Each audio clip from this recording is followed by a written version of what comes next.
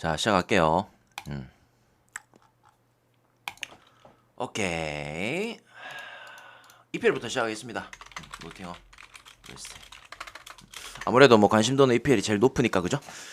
자, 노팅엄 이번 시즌에 승격을 하면서 잔류의 의지를 상당히 불태웠다. 그죠? 승격팀 치고 영입만 1억 1천만 유로를 썼습니다. 1억 1천만 유로를 쓰면서 상당히 파격적인 영입들을 했습니다. 그죠? 노팅엄이 이번 시즌 잘 해줘서 잔류를 하게 될지 아니면 강등을 하게 될지 그거는 저도 몰라요. 하지만 일단은 영입 자체로는 나쁘지 않습니다. 어제도 말씀드렸다시피 지금 이 PL판은요. 이 PL판은 교체 카드가 5장으로 바뀌면서 이 백업이 너무나도 중요한 시즌이 돼버렸습니다. 어제 내가 EPL 팀들 중에서 지금 현재 상으로 백업이 가장 약한 팀이 어디라고 했었지? 어디라고 했죠? 그래서 이 팀이 전반전에 승기를 잡아놓고 후반전에 분명히 따라잡힐 가능성이 있다.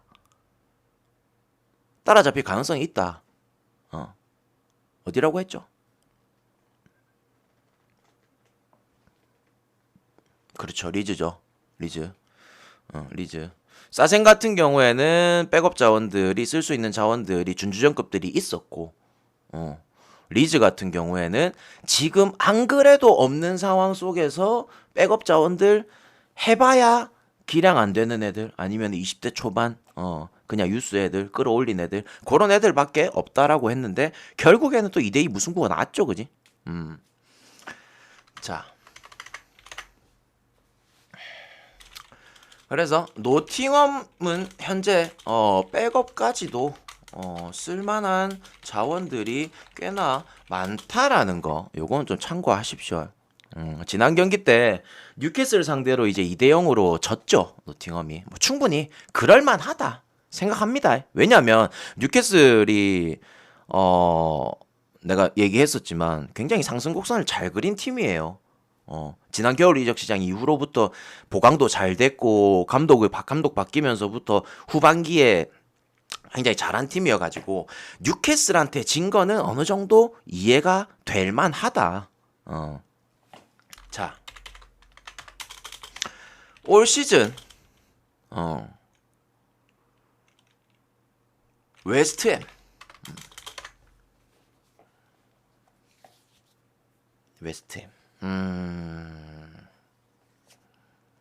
아까 전에 저기 누구야? 망구 형님인가? 망구 형님이 내가 백업 자원들 물어볼 때 망구 형님이 웨스트햄이라고 대답을 했는데 아닙니다. 일단은 웨스트햄 같은 경우에는 백업 자원도 쓸 수 있는 선수들이 졸라 많습니다. 그래서 웨스트햄은 난 솔직히 말해서 딱히 걱정이 없어요. 그리고 또 한 가지는 뭐냐면 되게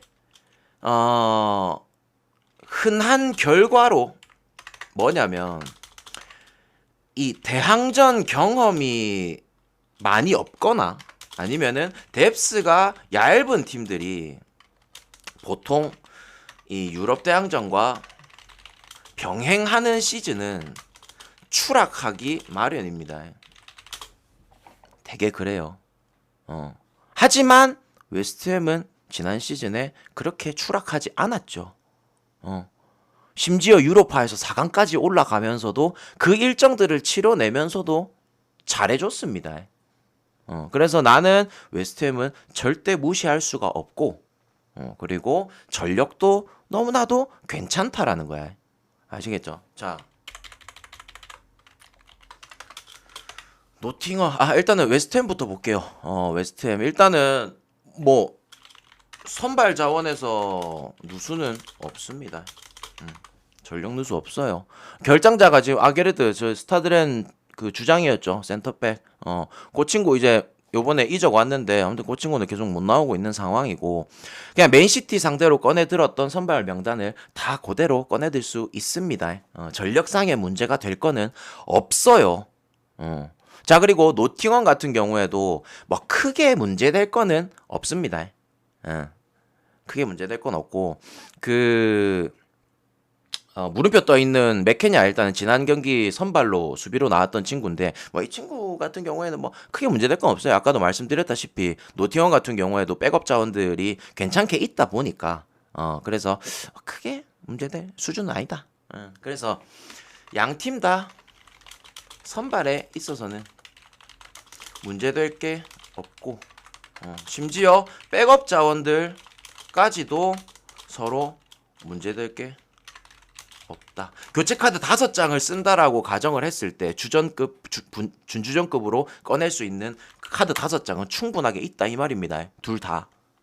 자, 그러면 야, 기본적인 전력방에서 누가 더 유리할 거냐? 당연히 웨스트햄이 유리하겠죠. 당연히 웨스트햄이 유리하겠죠. 자, 근데 문제점이 하나가 있어요. 문제점. 뭐냐면, 자, 요거는 믿는 분들도 있고 있을 거고 안 믿는 분들도 있을 겁니다. 믿는 분들도 있고 안 믿는 분들도 있고. 자, 첫 번째, 지난주 1라운드도 그랬고요. 그리고 이번 주 지금 어제도 그렇고 2라운드도 그렇고 풀전력으로 누수 없이 나서는 팀들이 어이없게 지는 경우 무승부 띄우는 경우가 너무 많아. 자, 라이프치히 같은 경우에 1라운드, 2라운드 두 번 다 주전 누수 없었죠. 하지만 두 번 다 못 이겼죠. 그죠? 어제 레버쿠젠 같은 경우에도 마찬가지였고 그 전에 지난주에 스타드랜도 마찬가지였고 그죠? 그래서 풀전력으로 누수 없이 꺼낼 수 있는 자원들이 있음에도 불구하고 어이없이 지는 경우들이 있습니다. 지금 솔직히 말해서 좀 흔해. 그래서 이거는 뭔가 조금 의심이 간다. 첫 번째로 의심이 가고, 자, 두 번째는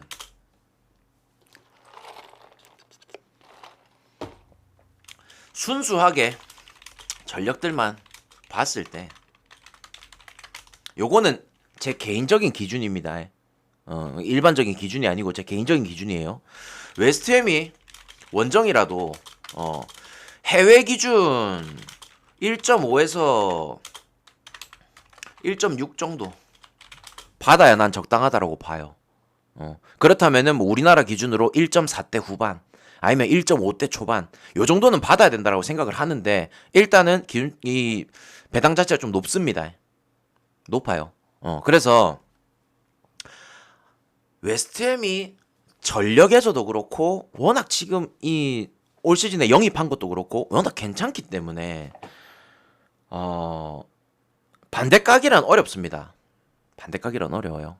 근데 노팅엄이 이 3점대 중후반에 배당을 받았다는 거는 그리고 노팅엄이 올 시즌에 1억 1천만 유로라는 돈을 들여가면서까지 이 승격에 대한 이 의지를 불태웠잖아요. 그럼 분명히 홈구장에도 관중들이 존나 많이 올 거고 그거에 의한 어느 정도 빨이 좀 있을 겁니다. 홈빨이. 그래서 노팅엄도 나는 한 골 정도는 해줄 것 같다. 그래서 승이냐 오버냐 고민을 좀 많이 했는데 저는 오버 쪽이 조금 더 좋아 보입니다. 아시겠죠?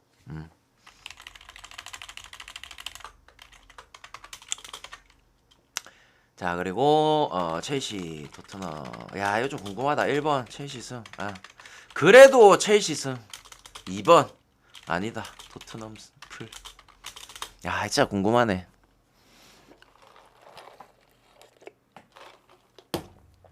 뭐요? 호호 호호 호호호호호 2번.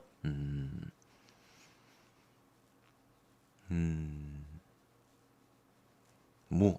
강팀 대 강팀이니까 강 대 강이니까 무다. 불안할 것 같다. 좋은 생각입니다. 자, 첼시의 상성은 깰 수가 없다. 어떻게 보면 이제 지난 시즌 같은 경우에도 콘테 체제에서 첼시랑 붙었을 때도 졌죠, 그지? 졌고.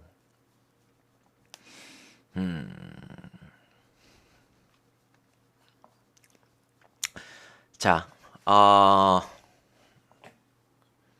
일단은 제가 수집한 정보들을 일단 말씀을 드릴게요. 지난 시즌에 토트넘이 이제 콘테 감독 체제에서 굉장히 잘 달리던 때가 있었습니다. 잘 달리던 때. 그때가 9경기 무패 행진. 이기든지 무승부를 띄우든지 굉장히 잘 달리고 승점을 이빠이 땡기고 있을 시기가 있었어요. 그때 첼시 만나서 졌어. 그러고 첼시 만나서 이게 무패 행진이 끊기고 그때부터 연패 달리기 시작함.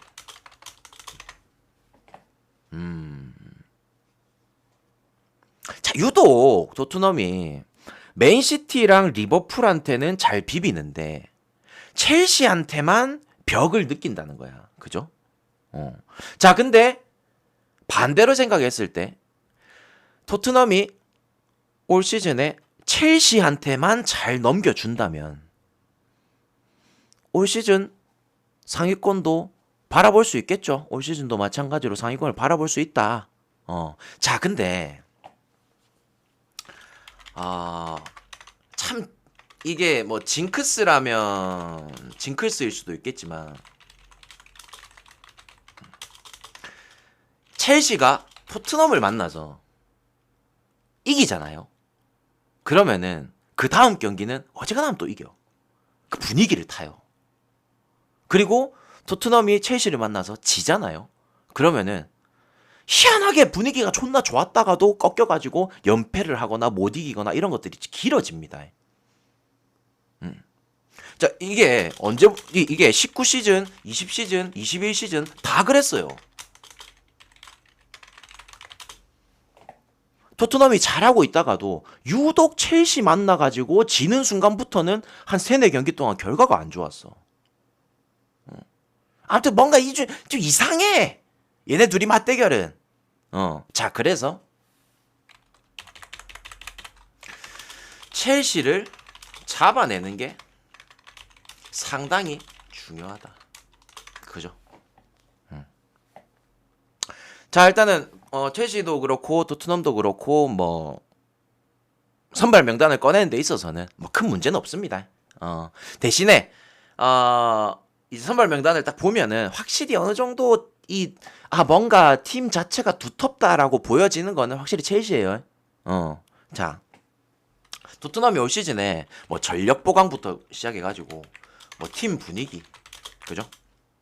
지난 시즌 이제 뭐 손흥민이 득점왕하고 챔스까지 나가게 되고 이제 확실히 이 콘테 감독 체제에서 뭔가 되게 많이 바뀌었잖아요. 그래서 이런 부분들이 있기 때문에 첼시 상대로도 충분히 비빌 수 있을 것 같은데 라는 생각이 들긴 들어요. 그죠? 자, 그러면은 일단은 우리가 다른 때랑 비교했을 때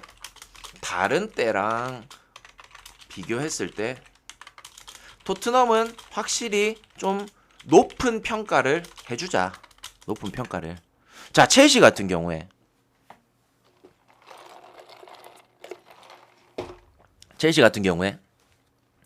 투엘 체제에서 솔직히 지난 시즌은 나는 그렇게 되게 좋았던 시즌이라고 나는 생각 안 하거든요. 왜냐면 EPL 빅6 중에서 무승부가 가장 많은 팀이었고 그리고 실질적으로 3위를 하긴 했었지만 그 전 시즌에 챔스 우승팀이라는 그 네임밸류랑은 전혀 걸맞지 않은 경기력을 보여줬습니다. 그죠?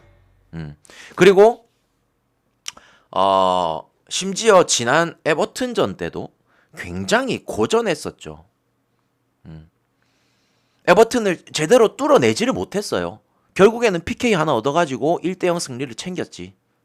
확실히 연계도 그렇고 마무리도 그렇고 답답했습니다.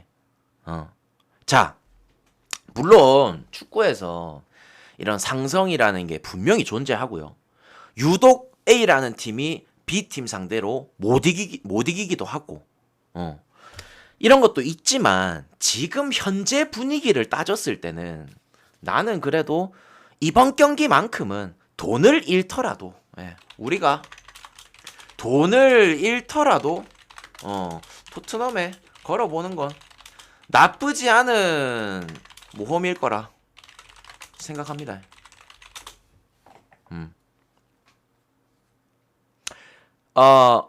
토트넘이 올 시즌에 어느 수준까지 해줄까를 딱 진짜 판가름할 수 있는 경기라고 생각해요. 과연 토트넘이 올 시즌에 어느 정도까지 해줄까를 판가름할 수 있는 경기.